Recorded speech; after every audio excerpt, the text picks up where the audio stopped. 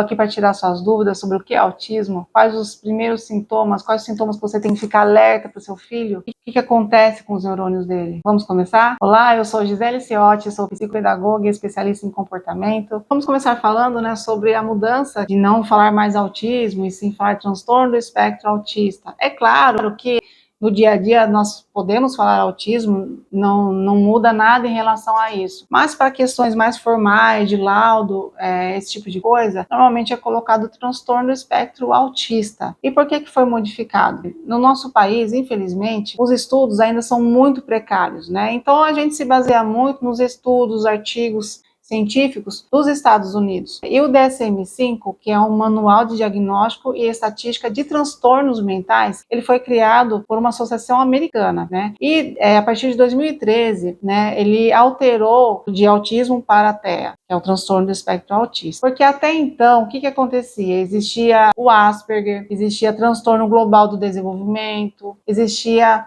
alguns transtornos que, o que acontecia? Esses transtornos eram muito parecidos com o autismo, só que viram que os sintomas eram parecidos, porém em níveis diferentes.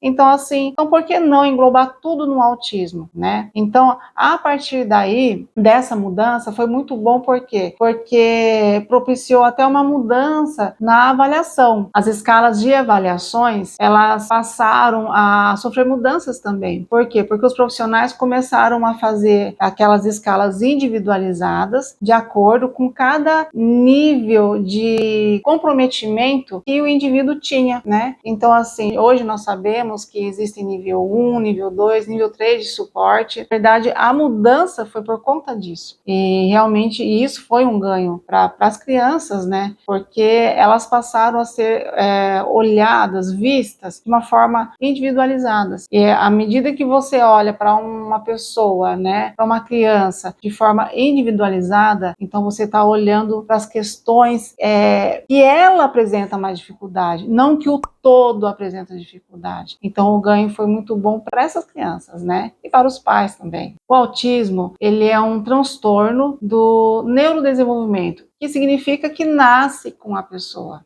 né? Não é algo que adquirido, né? Ele nasce com a pessoa. Por isso que a gente fala que a pessoa é autista, né? Porque é algo que é dela, não vai ser mudado. E como que é o processo de construção do cérebro, né? O processo de construção do cérebro é como se fosse uma rede, né? Uma teia de aranha, vamos dizer assim, uma conectada com a outra, naquela perfeição, né?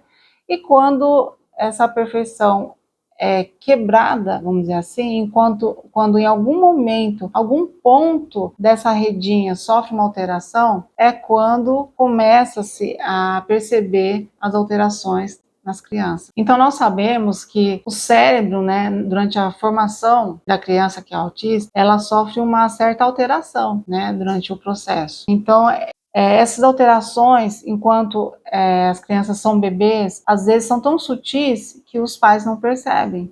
E começa a perceber lá por volta de 1 ou 2 anos, por conta do comportamento dessas crianças, né? É quando você, por exemplo, você leva a criança no parque e você que vê que o seu filho não brinca da forma que seria o mais adequado para a idade dele.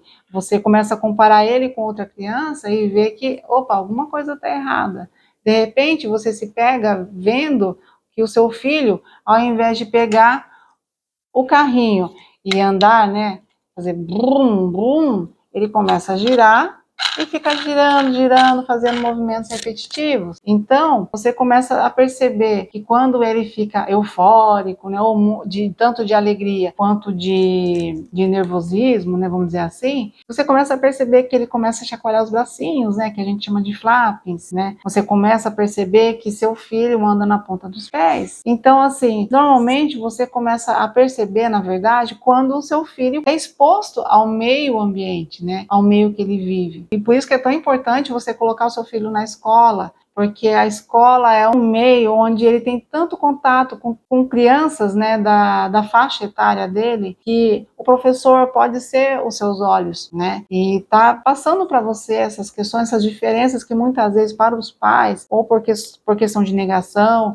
ou por não entender mesmo, não saber do que se trata, percebe as mudanças comportamentais. A gente sabe também que muitas vezes a gente ouve, né, um pai falando, né, uma mãe, né, eu falo pai, mas os pais, né, o pai ou a mãe falando, que em casa o filho interage com eles, né, que pede para a criança jogar bola, joga, que pede para a criança, tipo assim, vamos fazer xixi no banheiro, vamos trocar a fralda, e a criança entende, né? Mas o que acontece? Os pais muitas vezes veem isso como não tem atraso. E realmente é muito bom que as crianças saibam fazer determinadas coisas junto com os pais, né? Só que acontece que, como as crianças aprendem por repetição, como eles estão todo dia ali com os pais fazendo as mesmas coisas, é normal que essas determinadas coisas que eles fazem diariamente, repetidamente, que eles saibam mesmo fazer. Mas se você pedir para eles fazerem uma coisa que é diferente, tipo, filho, coloca um copo em cima da mesa, ele não vai saber, ele não vai conseguir se planejar, como se ele não soubesse o que é uma mesa, como se ele não soubesse o que é um copo, ele não sabe se planejar, ou ele sabe o que é um copo, sabe o que é uma mesa,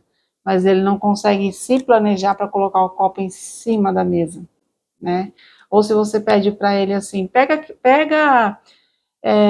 a bola que caiu ali na escada, pega a bola que caiu embaixo da mesa, ele não consegue compreender. Então você passa algo para ele que é diferente, um comando que seja diferente para ele, e ele não consegue fazer, né? Você percebe às vezes que para você, de repente, ele tenha mais contato visual, mas quando é um indivíduo assim que chega na sua casa, você percebe nitidamente que ele não olha. Então a gente sabe que as crianças autistas, elas têm assim muita dificuldade em manter o contato visual. É um dos primeiros sinais assim que a gente percebe nitidamente. Quando você chama a criança, parece que eles simplesmente não te ouvem, mas ouve, né? Mas eles acabam tendo como se fosse uma audição seletiva. Tanto que quando uma criança, né, ela está passando por uma investigação do processo de diagnóstico, elas fazem um exame chamado BERA, que é para avaliar a audição, para não confundir. Vamos supor, às vezes a criança realmente tem alguma deficiência auditiva. E na maioria das vezes, o que acontece? Não é isso. O exame é feito para descartar, né, alguma possível alteração a nível auditivo, né? Então,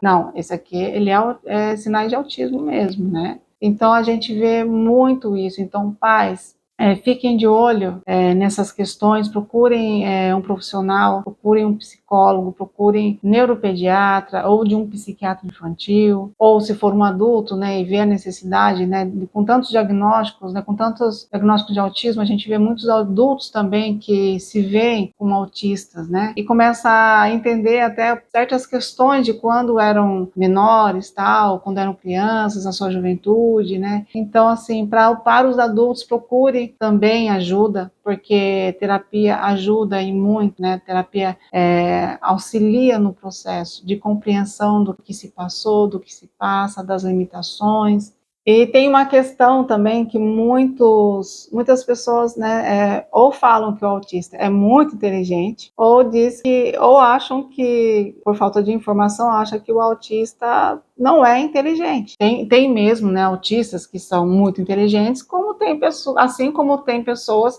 que não são autistas e são muito inteligentes, né? E tem questões também de autistas que têm hiperfoco em determinada questão, em determinado assunto, e como eles têm hiperfoco, eles se aprofundam tanto no assunto que se tornam expert, né? Então, assim, eles conseguem se desenvolver muito por conta desse hiperfoco em determinado assunto. E em relação às questões de dizer, aquela criança não sabe colocar um copo na mesa, não sabe escovar um dente, né? Não sabe tomar banho sozinho ainda. Isso aí não é questão de inteligência, não está relacionado à inteligência. Acontece que os autistas aprendem de uma forma diferente. Então, é por isso que eles precisam de terapia, porque nas terapias eles vão conseguir a lidar com as frustrações, a lidar com as dificuldades que eles encontram no dia a dia e vão ajudar eles a conseguir se planejar, porque para nós um escovar de dente é muito automático, né? Mas a gente não para pensar que para escovar um dente a gente tem que abrir a tampinha da pasta, colocar na escova de dente, né? Não é minha intenção aqui descrever o processo, mas o que eu quero dizer é assim, que esse processo, se a gente colocar na ponta do lápis, é um processo longo, mas que pra gente é muito automático. Só que para eles é muito difícil. Então eles vão aprender, só que eles precisam de estímulos, de terapias que auxiliem eles, e eles precisam de muito estímulo. Por isso, papais, mamães, se vocês suspeitam que seu filho está com algum sinal desses que eu acabei de citar, não mantém contato visual, às vezes parece que não te ouve, ele está andando com a pontinha dos pés, está com atraso na fala, é extremamente importante. A criança, você vê que a criança está com 2 anos, ele não fala nenhuma palavrinha. Então é extremamente importante que você procure ajuda, porque quanto mais cedo essa criança começar a fazer terapias, mais rápido ela vai conseguir a ter uma independência, porque não basta ela saber jogar a bola só para você, mamãe, ou só para você, papai. Não basta. Ela precisa generalizar isso. Ela precisa ir para o parquinho e conseguir também jogar bola para o coleguinha. E eles não conseguem, porque mudou de ambiente, para eles já é difícil. Então, eles precisam não só fazer na sua casa, precisa também fazer em outros ambientes. E então, vá atrás de um neuropediatra ou de um psiquiatra infantil. Você está percebendo sintomas? Se você vê que seu filho está na escola e ele não consegue acompanhar, alguma coisa tem. É claro que existem aí questões escolares, né, por exemplo, que tem transtornos de aprendizagem também, né? Só que transtornos de aprendizagem não envolve questões de comportamento, de contato visual, de dificuldades para realizar atividade de vida diária, como escovação no dente, como tomar um banho, como vestir uma calça, uma camiseta, né? Então, assim, procurem ajuda, porque o estímulo, enquanto criança, quanto mais novinhos eles começarem, melhor, porque o cérebro deles tem mais facilidade para absorver o que é ensinado a eles. Saibam que hoje em dia a gente também não pode esquecer que você, pai e mãe, também precisa de ajuda. Para você cuidar do seu filho, você precisa também ser cuidado, né? Então, aceite ser cuidado. Procure ajuda também para estar bem, para cuidar do seu filho, ok? Então, é isso que eu queria passar. Espero que não tenha ficado dúvidas. Se ficou alguma dúvida em algum pedacinho, voltem, vejam de novo. E essa mensagem que eu deixo para você é que se cuidem. Eu não falei no vídeo, mas eu tenho um filho que é autista, tem 7 anos hoje, e ele é minha razão de viver, né? Então a gente vai seguindo sempre por eles, e vocês vão ver que eles vão alavancar muito ainda, aprender muito ainda. Esse primeiro momento de saber o que é o autismo, para onde ir, é normal a gente ficar inseguro, ter os medos, às vezes relutar, né, em aceitar, faz parte, mas corra atrás. Vai fazer muita diferença na vida dele e na de vocês também. Para cada evolução dele, com certeza, vai ser uma alegria imensa da sua parte. Eu te vejo em outro vídeo, ok? Nos esperamos por lá.